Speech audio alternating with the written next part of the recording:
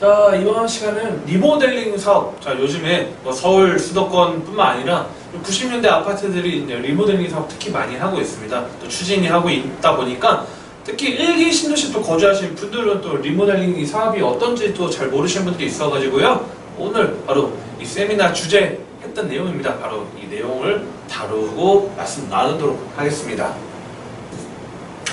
자, 점점 커지는 리모델링 사업이라고 좀 써놨습니다. 실제 지금 건설사들이 지금 상당히 지금 리모델링 쪽으로 좀 많이 또 발길을 찾고 있습니다. 많은 건설사들이 또 돈 되는 사업이다 보니까요. 그만큼 리모델링으로 또 아파트를 또 하는 요소들이 있는데요. 자, 이 리모델링 사업과 반대로 또 비교를 해야 될 게 바로 뭐냐면 재건축이겠죠. 자, 재건축과 리모델링 어떤 게 더 좋고 나쁘고 따지기는 좀 어렵지만 리모델링과 재건축의 장점과 단점이 있을 겁니다. 하지만 또 리모델링이 또 어떤 장점이 있는지 그런 것들도 같이 알아보고 또 실제 어느 지역에 하고 있는 것들을 좀 알아보도록 할게요. 자, 일단은 기본적인 틀은 이겁니다. 전용 면적 15% 이내에서 자, 일반 분양을 허용한다는 겁니다. 자, 재건축 대비했을 때는 아무래도 리모델링이 좀 더 넓게 움직일 수 있는 그런 운신의 폭이 좀 작다 보시면 될 것 같은데요. 자, 전용 면적 15% 이내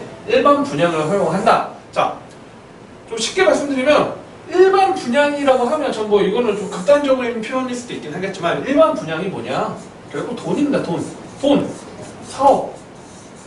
사업성이죠. 자, 즉 일반 분양이 높을수록 당연히 사업성이 좋을 거고요. 반대로 말하면 비슷하게 말하면 결국은 돈이 되겠죠. 일반 분양분이 적으면 사업성이 떨어질 거고 만약에 추진한다면 추가 분담금 비율이 더 커질 수 있다는 거죠. 그래서 이 15% 이내. 자, 이게 물론 바뀔 수도 있습니다. 뭐 법이 바뀔 수도 있고 향후에 또 개정될 수도 있는데 기본적인 건 전용면적 15% 이내 알아두시면 될 것 같고요. 자, 노 아파트 리모델링 사업의 혜택이라는 걸 좀 알아볼게요. 자, 기본적으로 보면요. 자, 리모델링 사업이나 또는 이 재건축을 해야 되는 이유가 있겠죠. 자, 일단 첫 번째 이겁니다. 많은 특히 오래된 아파트 거주하신 분들이 많이 공감하시는 내용이 뭐냐면 이 아파트 노후화로 인한 배관 문제나 주차난입니다. 자, 이 배관 문제 같은 경우에는요, 보통 이제 서울시가 됐든 뭐 다른 경기도가 됐든 뭐 물론 지자체들이 어느 정도 지원을 해줍니다. 지원을 해가지고 상수도 교체 공사나 그런 것들을 하고 아파트 내에서도 뭐 장기 수선 충당금을 이용해가지고 이 배관 문제는 어느 정도 해결하는데, 자, 이 주차난이 상당히 심각합니다. 특히 예전에는 우리가 90부터 이제 92년도부터 한 95년도 보통 이 시기에 이제 일기 신도시대 100만여 호가 들어왔었는데 이 당시에는 물론 차 있는 분들이 그래도 많긴 했지만 지금처럼 차가 엄청 많고 그러지 않다 보니까 당시에는 주차 대수가 상당히 좀 널널하게 좀 측정을 했습니다. 뭐 지금 아파트들이 당연히 주차 대수가 좀 많이 민감을 한데 그러다 보니까 지금 이제 주차난이 상당히 심각하고 특히 80년대 아파트 같은 경우는 지하 주차장 없는 경우가 거의 대다수입니다. 자, 지하 주차장이 없고 자, 다 길가 또는 이 아파트 단지 내 주차를 하다 보니까 주차난이 더 심각하죠. 자, 이런 거 좀 체크하시면 될 것 같고요. 자, 두 번째 엘리베이터 노후화에 따른 부분도 있습니다. 승강기 교체 공사를 하는 아파트 단지들이 분명히 있습니다. 분명히 있는데, 자, 이 승강기를 교체하는 데도 상당히 비용이 많이 발생이 됐고요. 특히 복도시 아파트 같은 경우 보면요, 자, 길게 되어 있는데 엘리베이터가 뭐 한 대나 두 대면 괜찮은데 좀 예전에는 막 엘리베이터 막 네 대씩 늘어간 데도 있어요. 자, 물론 엘리베이터가 많으면 편의성은 좋죠. 많이 이용할 수도 있고, 근데 이게 노후화가 돼서 교체를 한다면 다 결국은 돈이다. 그래서 우리는 엘리베이터 노후화도 당연히 있고요.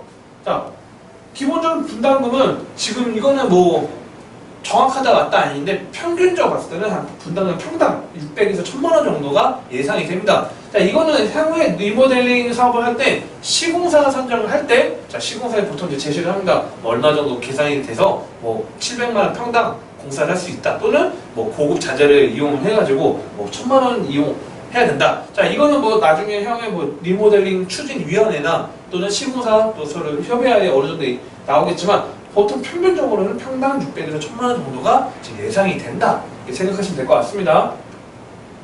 자, 그러면 절차를 좀 알아보도록 하겠습니다. 자, 먼저 리모델링 추진위가 준비가 되고, 당연히 리모델링 추진위가 준비가 되는데, 자, 이때 이 추진위는 뭐 원래 재건축 추진위하고 뭐 재개발이나 그런 추진위 뭐 비슷합니다. 그래서 리모델링에 대해서 좀 장점을 이야기하고, 또 이 입주자분들한테 또 이런 장점들 이용해서 서로 좀 같이 공감대를 형성하는 그 역할을 하겠죠. 그 다음에 이제 리모델링 사업의 창립총회 개최를 하고요. 총회를 이제 합니다. 그 다음에 조합 설립 인가가 완료가 되면, 자, 시공사 선정을 하겠죠. 시공사 선정을 한 다음에 안전진단 진행을 한 다음에 완료가 되면 절차가 진행되는데, 이때 수평 같은 경우는 제외가 됩니다. 자, 안전진단 진행 후 완료 절차는 수평 제외다. 잠시 후에 하고 수평과 수직에 대해서 이야기하겠지만, 수평 같은 경우는 안전진단 진행이 되지 않는다. 이렇게 보시면 될 것 같습니다. 기본적인 절차는요. 그 다음에 심의 준비를 해서 이 수평과 수직이 있고, 별동 방식이라는 세 가지 방식이 있습니다. 자, 수평과 수직 별동 방식 제가 뭐 잠깐 말씀을 드리면요. 자, 뭐 아파트가 있습니다. 자, 이따 다시 한번 설명드릴 텐데, 자, 15층짜리 아파트가 있어요. 자, 여기서 제가 그림을 잘 못 그리지만, 자, 한 층, 두 층, 세 층을 만약에 더 올렸습니다. 리모델링 사업을 해가지고. 물론 기본적인 거는 이 골조 같은 경우는 기본적인 건 냅두고 철거하죠. 내력벽은 철거하지 않는다고 이야기를 하죠. 자, 3층을 올렸다고 했을 때 위로 올렸으면 뭐죠? 말 그대로 수직 리모델링이죠. 자, 쉽게 말씀드리면, 자, 옆으로도 할 수 있겠죠. 옆으로도 이제 뭐 15% 이내 이렇게 이야기를 많이 하는데, 자, 옆으로 했을 때는 수평이 되는 거고요. 당연히 뭐 위로 했을 때는 수직이 됩니다. 자, 그다음 별동 방식이라는 건 뭐냐면, 만약에 아파트 단지가 이렇게 크게 있는데 뭐 빈 공간이 많아요. 그럼 여기다가 따로 새로운 아파트를 또 하나 짓는 게 바로 동을 별거로 또 짓는다. 그래서 별동 방식이라고 보시면 될 것 같습니다. 자, 여기서 수평과 수직의 차이점을 보면요. 자, 수평 같은 경우는 옆에다가 뒷면에다가 이제 건물을 또 골조로 세워가지고 붙여가지고 뭐 건물 짓는 거니까 그렇게 안전에 대한 문제가 크게 있지는 않겠죠. 그런데 수직으로 할 때는 위에 건물들이, 그러니까 집들이 들어온다면 건물에 대한 하중이 증가되다 보니까 이 안전진단이 당연히 중요하죠. 그러니까 하중을 못 견딘다면 건물이 무너질 수도 있는 그 위험한 요소가 생길 수 있기 때문에 이 수직 같은 경우는 안전진단 진행을 우선적으로 하고, 안전진단을 했을 때 문제가 없으면 수직 리모델링이 허용이 됩니다. 자, 재건축과 좀 약간 다르게 생각해야 돼요. 자, 재건축에서는 안전진단이 받았을 때, 만약에 건물 상태가 안 좋아, 노후가 심해, 안전 상태가 안 좋은 게 좋은 거죠. 그래서 조건 뭐 D등급이나 또는 E등급이 돼야지 재건축이 되지만, 리모델링은 만약에 건물 상태가 만약에 안전진단인데 통과를 못했다. 그러면 재건축처럼 좋은 게 아니에요. 이게 수직이 안 되다 보니까 안 되겠죠. 그래서 안전진단 통과해야지 수직이 가능하다. 보시면 될 것 같습니다. 그 다음에 심의 완료가 되고요. 자, 그 다음에 허가 준비를 해서 뭐 권리 변동 의결을 한 다음에 허가 신청합니다. 이때 뭐 2차 안전성 검토 또 보완이 또 들어가는 것들이 있고요. 그 다음에 사업 계획 승인하고 뭐 허가 사업 계획 승인되고 나서 이주한 다음에 공사, 그 다음에 일반 분양을 한 다음에 입주를 다시 합니다. 자, 그리고 나서 진행되는데, 장점이 뭐냐면요, 똑같습니다. 자, 공사 기간은 2년 6개월에서 3년 정도 걸려요. 일반적인 아파트 분양이나 재건축을 했을 때도 2년 6개월에서 3년 정도 걸리는데, 자, 그러면 아예 부시고 짓고 새롭게 아파트 짓는 게 좋은 거 아니냐 이렇게 생각하시는 분들이 있을 겁니다. 그쵸?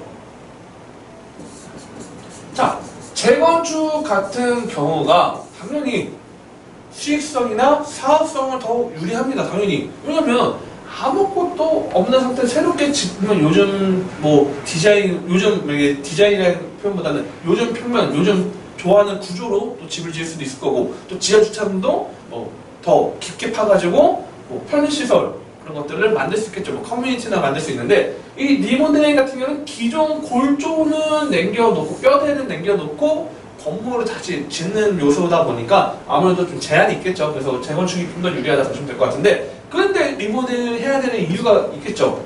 자, 먼저 일단 수평 중축과 수직 중축, 아까 말씀드린 것처럼 이야기를 나누면, 수직 중축은 15층 이상은 최대 3층까지 가능하고요. 그 다음에 15층 이하는 최대 2층까지 가능합니다. 자, 쉽게 말씀드리면, 자, 그림을 잘 못 그렸죠? 다시 그려드릴게요. 자, 그림에 집이 있어요. 집이 만약에 15층이다 그러면 위로 3층까지 가능하고요. 만약에 1층이 이제 원래 집이 있는데 1층 필로티로 요즘에 많이 놓죠. 1층 필로티 넣고 2층 더 올라간다면 뭐 1층이 이미 하나 올렸기 때문에 2층을 더 추가를 할 수 있고요. 그래서 이 내용입니다. 만약 15층 미만으로 가면, 자, 15층 미만이에요. 15층 미만. 자, 15층 미만으로 가면 2층까지 올릴 수 있다.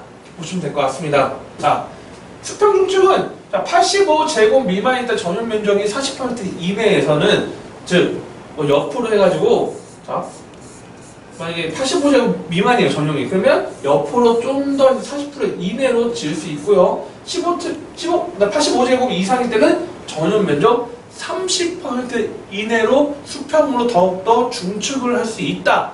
보시면 될 것 같습니다. 자, 근데 우리가 내력벽 좀 이야기를 많이 하죠. 리모델링의 단점 중에 하나가 바로 이 내력벽입니다. 자, 보면 예시를 갖고 와봤는데요. 자, 일반적인 아파트 구조가 있습니다. 자, 옛날 아파트하고 요즘 아파트를 보면요, 90년대 아파트는 뭐 중문도 없고 모형도 지금 아파트 구조하고 약간 좀 다르게 되어 있죠. 자, 많은 분들이 새 아파트로 바꾼다고 하면 당연히 뭐 중문도 좀 설치하고 구조도 좀 더 이쁘게 하는 걸 좀 많이 좋아할 겁니다. 드레스룸도 있고. 그런데 아직은 안정성의 문제 때문에 이 아파트의 내력벽을 철거를 하지 못합니다.